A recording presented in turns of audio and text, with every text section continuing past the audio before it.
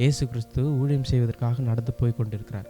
அப்பொழுது அந்த தெருவிலே இருந்து 2 குருடர்கள், 2 கண்ணு தெரியாதவங்க, "இயேசுவே எங்களுக்கு பார்வை கொடும், இயேசுவே எங்களுக்கு இறங்கும், தாவீதின் குமாரனே எங்களுக்கு இறங்கும்" அப்படின்னு சொல்லி அவங்க கத்துறாங்க.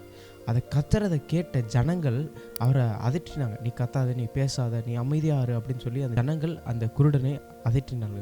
அந்த குருடர்கள் அதோடு நிறுத்திடாம திரும்பவும் சத்தமாக கூப்பிட்றாங்க, இன்னும் அதிகமாக கூப்பிட்றாங்க, "என் இயேசுவே தாவீதின் குமாரனே எங்களுக்கு இறங்கும்" அப்படின்னு சொல்கிறதுனால அந்த சத்தத்தை ஆண்டவராகிய இயேசு கிறிஸ்து கேட்டு அதற்கு பின்பாக வந்து அந்த 2 குருடர்கள் மேலும் மனதுருகி அவர்களுக்கு பார்வையை தந்தார். ஆண்டவருடைய பிள்ளைகளே, நம்ம ஒரு சில காரியத்திற்காக ஆண்டவர் நோக்கி நம்ம ஜெபம் பண்ணுறோம், ஆண்டவர்கிட்ட கேட்குறோம். அதற்கு தடையாக நிறைய மனுஷங்க நம்மளுடைய வாழ்க்கையில் இருக்கலாம்.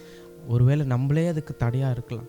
இனி நான் ஜெபம் பண்ணி என்ன நடக்க போகுதுன்னு சொல்லி நம்ம விட்டுடாம, இந்த 2 குருடர்கள் எப்படி அவங்க கேட்டாங்களோ அந்த மாதிரி நம்ம கேட்போம். நீங்கள் கேட்குற வரைக்கும் நாங்கள் உங்களை கூப்பிட்றத நிறுத்த மாட்டோம்னு சொல்லி நம்ம கேட்டுக்கிட்டே இருப்போம்.